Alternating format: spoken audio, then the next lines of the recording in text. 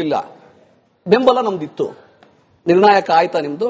ರಾತ್ರೋರಾತ್ರಿ ಟ್ರಂಪ್ ಮಾತು ಕೇಳ್ಕೊಂಡು ನೀವು ಸ್ಟಾಪ್ ಮಾಡಿದ್ರೆ, ಟ್ರಂಪ್ ಹೇಳ್ತಾ ನಾನೇ ನಿಲ್ಸಿದ್ದು ಪಾಕಿಸ್ತಾನ ಇಂಡಿಯಾದ್ದು ಅಂತ ಹೇಳಿದ್ರೆ ನೀವು ರಿಪ್ಲೈನೇ ಮಾಡದಲ್ಲ ಇದ್ರೆ ತಪ್ಪಾನೆ ನಿಮ್ದು. ಆದ್ರೆ as A prime minister of India ನೀವು ಟ್ರಂಪ್ ಮಾತು ಕೇಳ್ಕೊಂಡು ದೇಶದ ನಾವು ಆರ್ಥಿಕತೆಯನ್ನು ನಿರ್ಣಯ ಮಾಡಕ್ಕಾಗ್ತದ?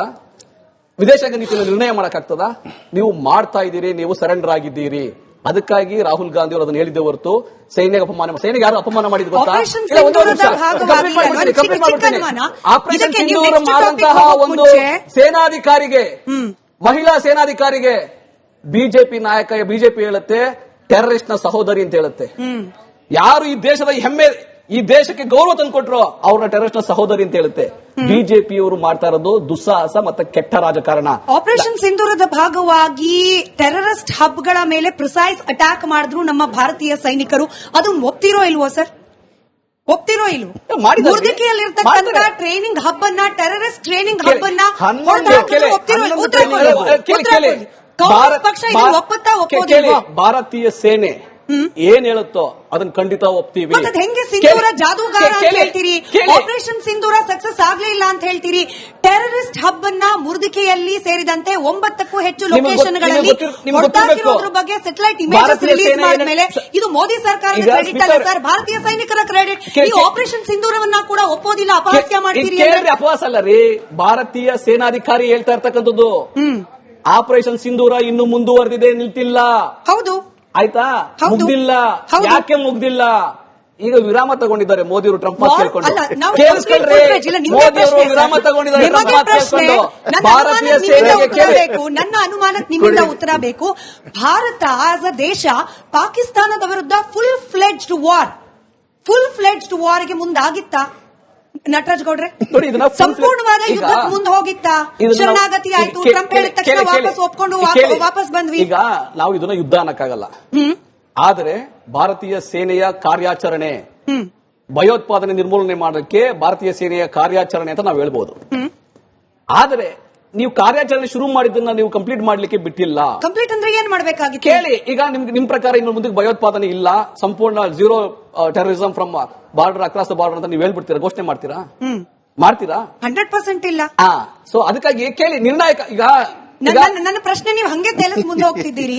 ಆಪರೇಷನ್ ಸಿಂಧೂರದ ಭಾಗವಾಗಿ ಟೆರರಿಸ್ಟ್ ಹಬ್ಗಳನ್ನ, ಟ್ರೈನಿಂಗ್ ಸೆಂಟರ್ಗಳನ್ನ ಭಾರತೀಯ ಸೈನಿಕರು, ನಾನು ಸರ್ಕಾರ ಅಂತ ಹೇಳ್ತಿಲ್ಲ, ಭಾರತೀಯ ಸೈನಿಕರು ಹೊಡೆದಾಕಿದ್ರು ಅನ್ನೋ ಸತ್ಯವನ್ನ ನೀವು ಒಪ್ತೀರಾ, ಒಪ್ಪೋದಿಲ್ವಾ? ಕಾಂಗ್ರೆಸ್ ಪಕ್ಷ ಒಪ್ಪದ ಮೇಲೆ ಆಪರೇಷನ್ ಸಿಂಧೂರದ ಬಗ್ಗೆ ಪ್ರಶ್ನೆಗಳು ಯಾಕೆ?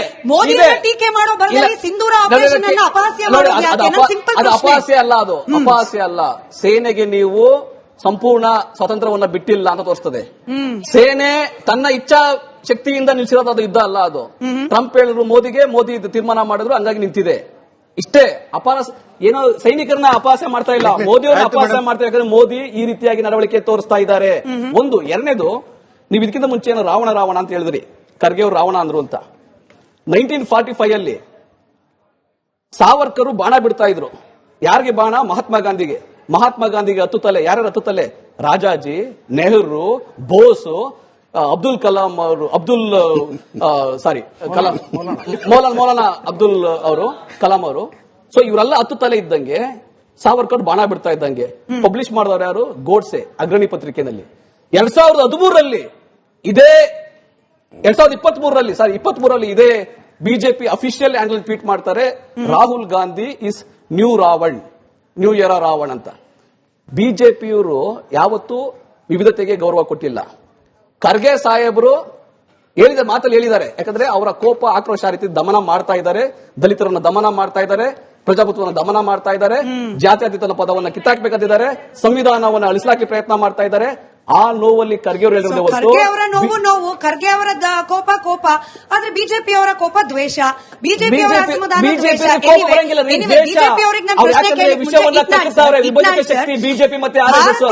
ಸೈನಿಕರ ಕಾರ್ಯಾಚರಣೆಯನ್ನ ಕೂಡ ಮೋದಿಯನ್ನ ಟೀಕೆ ಮಾಡೋ ಬರದಲ್ಲಿ ಕಾಂಗ್ರೆಸ್ನವರು ಪದೇ ಪದೇ ಪ್ರಶ್ನೆ ಮಾಡ್ತಿದ್ದಾರೆ.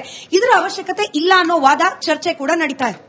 ಭಾರತೀಯ ಸೇನೆ, ಅದು ವಾಯು ಸೇನೆ ಆಗಲಿ ಮತ್ತು ಇನ್ಫ್ಯಾಂಟ್ರಿ ಆಗಲಿ ಅಥವಾ ನಮ್ಮ ನೌಕಾ ಸೇನೆ ಆಗಲಿ, ಇಡೀ ಜಗತ್ತಿನ ಶ್ರೇಷ್ಠ ಸೇನಾ ಸಂಸ್ಥೆಗಳಲ್ಲಿ ಒಂದು. ನಮ್ಮ ಸೇನೆಗೆ ಸರ್ಕಾರದ ಸರ್ಟಿಫಿಕೇಟ್ ಆಗಲಿ ವಿರೋಧ ಪಕ್ಷದ ಎಂಡೋರ್ಸ್ಮೆಂಟ್ ಆಗಲಿ ಯಾವುದೂ ಅಗತ್ಯ ಇಲ್ಲ. ಈಗ ಆಪರೇಷನ್ ಸಿಂಧೂರ್ ಅನ್ನೋದು it's a covert operation. Covert ಅಂದ್ರೆ ಅದು ಯಾರಿಗೂ ಹೇಳದೆ ಗೌಪ್ಯಾಗಿ ನಡೆಯುವಂತ ಆಪರೇಷನ್. ಅದು it is a military operation. ಆ ಮಿಲಿಟರಿ ಆಪರೇಷನ್ ಮೊದಲು ಅದರ ಶ್ರೇಯಸ್ಸನ್ನ ಒಂದು ಪಕ್ಷ ಆಗ್ಲಿ ಪ್ರಧಾನಮಂತ್ರಿಗಳೇ ಆಗ್ಲಿ ತಗೊಳ್ಳೋದು ತಪ್ಪಾಗುತ್ತೆ. ಅದು ಸೇನೆಗೆ ಸಲ್ಲಬೇಕಾದ ಗೌರವ ಸಂಪೂರ್ಣವಾಗಿ ಸೇನೆ ಮಾತ್ರ ಬಿಟ್ಟು ಬಿಡ್ಬೇಕು ಅದನ್ನ. ಆಮೇಲೆ ಆ ಸೇನೆಯ ಹೇಳಿಕೆಗಳನ್ನ ನೀವು ಸ್ಕ್ರೂಟಿನೈಸ್ ಸಾರ್ವಜನಿಕವಾಗಿ ಅದನ್ನ ನೀವು ಪ್ರಶ್ನೆ ಮಾಡೋದು ಅಷ್ಟು ಸೂಕ್ತ ಅಲ್ಲ. ಸೇನೆಯ ಒಂದು ಮನೋಬಲ ಕುಗ್ಗಿಸಿದಂಗೆ ಆಗ್ತದೆ. ಎರಡು ಕಡೆಯಿಂದ ಹೀಗಾಗಿದೆ ಅದು.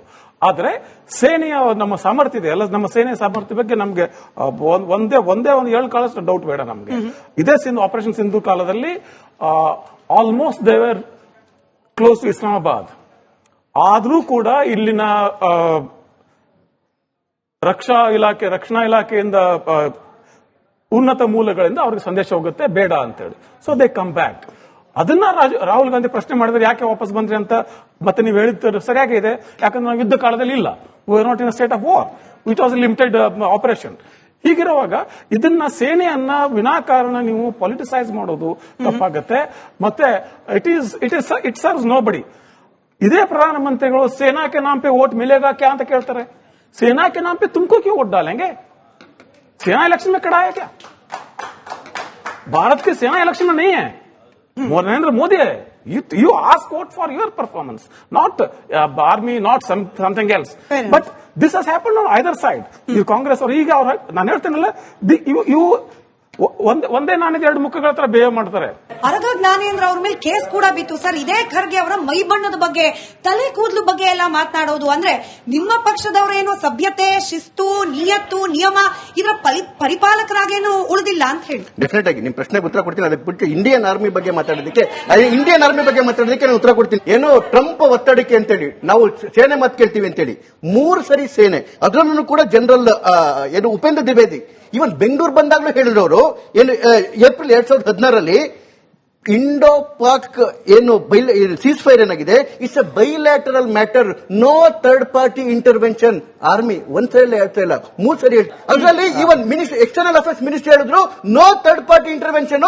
ಯಾವ 3ನವ್ರು ಇಲ್ಲ ಅವ್ರು ರಿಕ್ವೆಸ್ಟ್ ಮಾಡ್ಕೊಂಡು ಡಿಜಿಜಿಒ ಆಫ್ ಪಾಕಿಸ್ತಾನ ರಿಕ್ವೆಸ್ಟ್ ಮಾಡ್ಕೊಂಡ್ರು, ನಾವು ಮಾಡಿದ್ವಿ no third party intervention on the floor of the prime minister. ಅವರು ಕೂಡ ಹೇಳಿದ್ರು 3ನೇ ಯಾವುದೋ ವ್ಯಕ್ತಿಯ ಅಥವಾ ದೇಶದ ಏನು ಇಲ್ವೇ ಇಲ್ಲ ಅಂತೇಳಿ. ಆದ್ರೂ ಕೂಡ ಅವರಿಗೆ ಟ್ರಂಪ್ ಮೇಲೆ ನಂಬಿಕೆ ಬಿಟ್ರೆ ಭಾರತದ ಮೇಲೆ ನಂಬಿಕೆ ಇಲ್ಲ. 26 ಮುಂಬೈ ಬಾಂಬ್ ಅಟ್ಯಾಕ್ ಆದಾಗ ನಿಮಗೆ ಬರ್ತೀನಿ. ಮುಂಬೈ ಬ್ಯಾಂಕ್ ಅಟ್ಯಾಕ್ ಆದಾಗ ಆಗ ದೀಪಕ್ ಕಪೂರ್ ಅವರು ಆರ್ಮಿ ಚೀಫ್ ಆಗಿದ್ರು. ಮುಂಬೈ ಅಟ್ಯಾಕ್ ಮಾಡಿದಾಗ ಟೆರರಿಸ್ಟ್ ಕಾಂಗ್ರೆಸ್ ಗವರ್ನಮೆಂಟ್ ಇತ್ತು. ದೀಪಕ್ ಕಪೂರ್ ಜನರಲ್ ಹೇಳಿದ್ರು ಎಲ್ಲಾ ಸೈನ್ಯ ಸಿದ್ಧಾಗಿದೆ, ನಾವು ಅಟ್ಯಾಕ್ ಮಾಡ್ತೀವಿ ಅಂತೇಳಿ. ಅದೇ ಟೈಮಲ್ಲಿ ಏರ್ ಫೋರ್ಸ್ ಅವರು ಫಾಲಿ ಹೋಮಿ ಮೇಜರ್ ಅವರು ಹೇಳಿದ್ರು ಇವನ್ ಏರ್ ಫೋರ್ಸ್ ಸಿದ್ಧಾಗಿದೆ, ನಾವು ಪಾಕಿಸ್ತಾನಕ್ಕೆ ಬುದ್ಧಿ ಕಲಿಸ್ತೀವಿ ಅಂತೇಳಿ. ಇವರ ಹೇಳಿ ಕಾಂಗ್ರೆಸ್ ಸರ್ಕಾರ ಇಟ್ಟು ಬೇಡ ಬೇಡ ಬೇಡ ಅಂತೇಳಿ. ಅದಾದ್ಮೇಲೆ